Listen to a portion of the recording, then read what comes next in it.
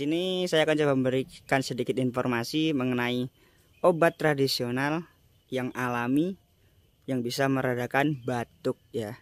Jadi teman-teman wajib tahu biar tidak terlalu sering mengkonsumsi bahan-bahan obat kimia. Teman-teman bisa menggunakan daun laos atau pohon laos ini.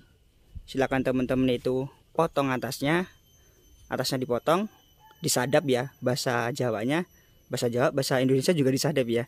Pokoknya teman-teman potong bagian atasnya sini. Teman-teman potong.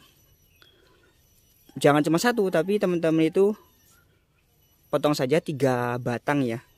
Atasnya dipotong, lalu teman-teman itu sediakan plastik. Ketika sudah dipotong, maka batang yang sudah dipotong itu dimasukin ke plastik, lalu teman-teman tundukkan. Batang pohonnya ditundukkan. Silakan teman-teman tunggu. Jika teman-teman menyadapnya di pagi hari, maka nanti sore ataupun besoknya pagi teman-teman bisa lihat apakah sudah banyak airnya yang masuk ke dalam plastik atau belum. Silakan teman-teman tunggu.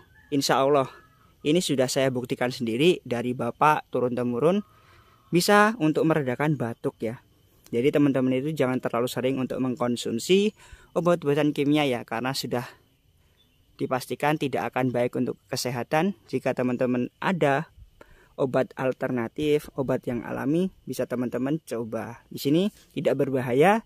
Saya rekomendasikan jika teman-teman batuk, maka kalau ada daun laos, batang laos, silahkan teman-teman sadap airnya, bisa ditunggu.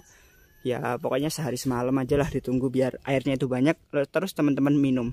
Jangan lupa berdoa sebelum diminum biar diberikan kesembuhan. Oke, mungkin sekian informasi yang bisa saya berikan. Pokoknya mantap.